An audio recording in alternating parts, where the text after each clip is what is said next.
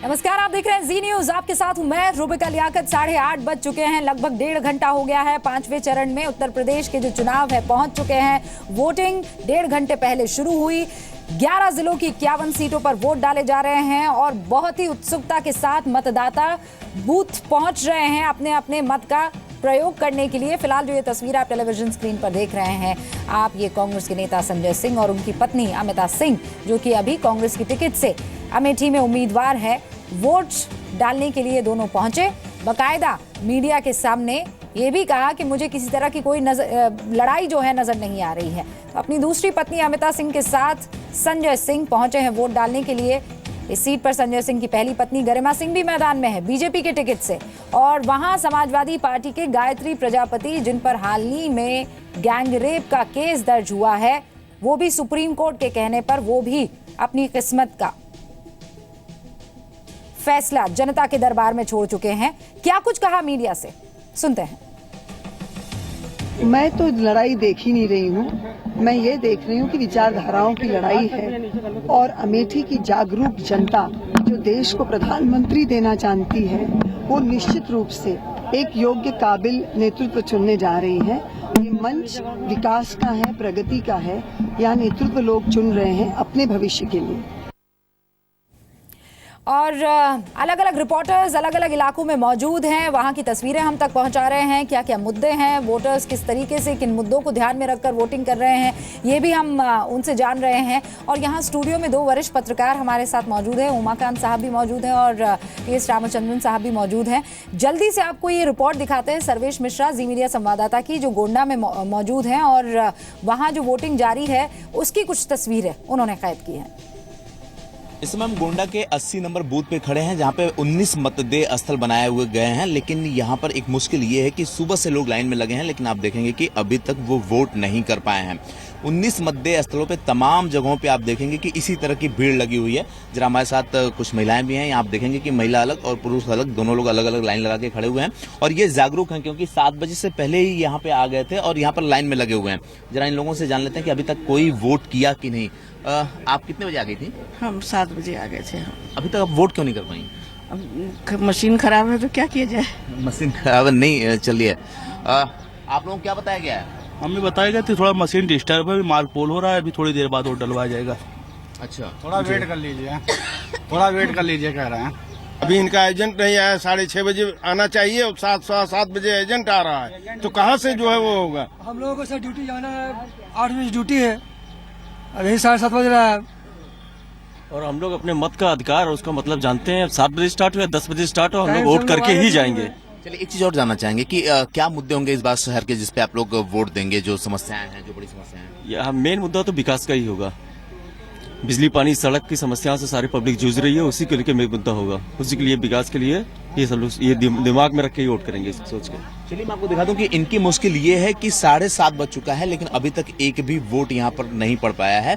और आप देखेंगे कि वो सारे जागरूक लोग हैं जो यहाँ पर तो आ गए हैं, इनके हाथ में वो सारी चीजें भी हैं, लाइन में भी लगे हुए हैं, इनका अपना वोट भी है लेकिन नहीं कर पाए। एक बार मैं आपको दूसरी तरफ लेके चलना चाहूंगा और वो भी दिखाऊंगा कि ऐसे ही कुछ और भी जो मतदेय स्थल हैं वहां पर भीड़ लगी है। आप लोगों का मतदान शुरू हो गया? क्यों, क्या बता रहे हैं? मशीन खराब है। यहाँ पे भी मशीन खराब है? हाँ, अभी मशीन खराब। आप लोग कब से लाइन में लगे हुए हैं? अभी 10 मिनट हुआ है। मतलब 7 बजे तक आप लोग आ गए थे? जी हाँ, 7 बजे हम लोग आ गए हैं यहाँ। क्या बता रहे हैं कि कब तक सही होगा, कुछ बताया ना? नहीं सर, अभी तक कुछ बताया नहीं इन्होंने। बता रही है, कुछ नहीं बताया अभी। आपको बता दें 19 मतदेय स्थल में से कई ऐसे मतदेय स्थल हैं जहां पे मतदान नहीं शुरू हो पाया और वहां पे लाइन लगी हुई है। लोग घर से आ गए हैं, लोग इतने जागरूक हैं कि वो ये चाहते हैं कि सबसे पहले वोट डालें। लेकिन इनके साथ मुश्किल ये हो गई कि जिस मतदेय स्थल पे ये खड़े हैं वहां पर मशीन काम नहीं कर रही है। इस 5वें दौर में करीब 43,460 EVM मशीन्स हैं जो इस्तेमाल की जा रही है। और आप सर्वेश की रिपोर्ट देख रहे थे, ऐसे कई इलाके हैं जहां पर या तो अधिकारी देर से पहुंचे हैं या फिर EVM मशीन जो है वो काम नहीं कर रही है। इस पर भी अपडेट आपको लगातार हम देते रहेंगे। लेकिन आप लोगों में से जिन्होंने अपने मताधिकार का इस्तेमाल किया है और #UP राउंड 5 पर अपनी तस्वीर भेजी है, आप उनकी ये तस्वीर देख सकते हैं अपने टेलीविजन स्क्रीन पर। बहरहाल मुझे भी यहाँ पर कुछ एक लोगों ने ट्वीट किया। ब्रिजेश कुमार पांडे, उन्होंने कहा कि मैंने अपने अधिकार का प्रयोग किया है। आपको बहुत बहुत धन्यवाद जी न्यूज़। ऐसे ही आप हमें बार बार ये तस्वीरें भेजिए अगर आपने वोट कर लिया है तो, और हम कोशिश करेंगे कि ये तस्वीरें आप तक पहुँचाएँ आपके चैनल के ज़रिए। रामचंद्रन जी, ये दौर आते आते विकास का मुद्दा हवा हो गया, बेरोजगारी छू हो गई, बाकी सारे चाहे वो एजुकेशन को लेकर हो बातें या दूसरी मूलभूत सुविधाओं को लेकर बातें हो, वो सब खत्म हो गई थी। बयान बहुत तीखे होने लगे थे, बयान कब्रिस्तान और शमशान तक पहुंच चुके थे। क्या बहुत स्ट्रेटेजिकली सारे नेता ये बयानबाजी करने लगे थे क्योंकि पता था कि 5वें चरण का जो चुनाव है वो ध्रुवीकरण पे बहुत ज्यादा निर्भर करता है?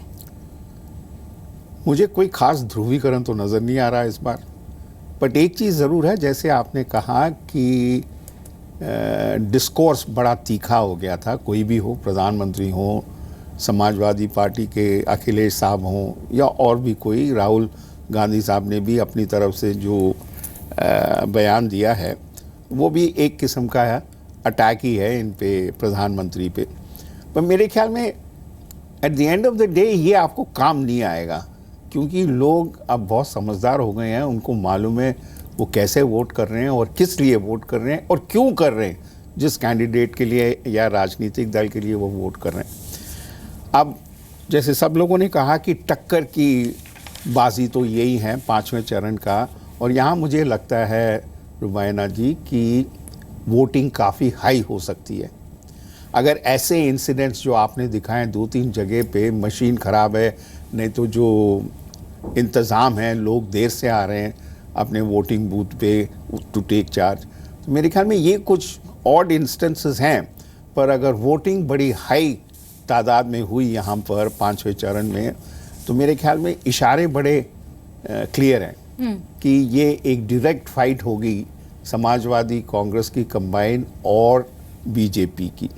अगर बीजेपी यहाँ पर मेकअप नहीं करेगी, हो सकता है उनको आखिरी 2 चरण में दिक्कतें खड़ी हो सकती हैं।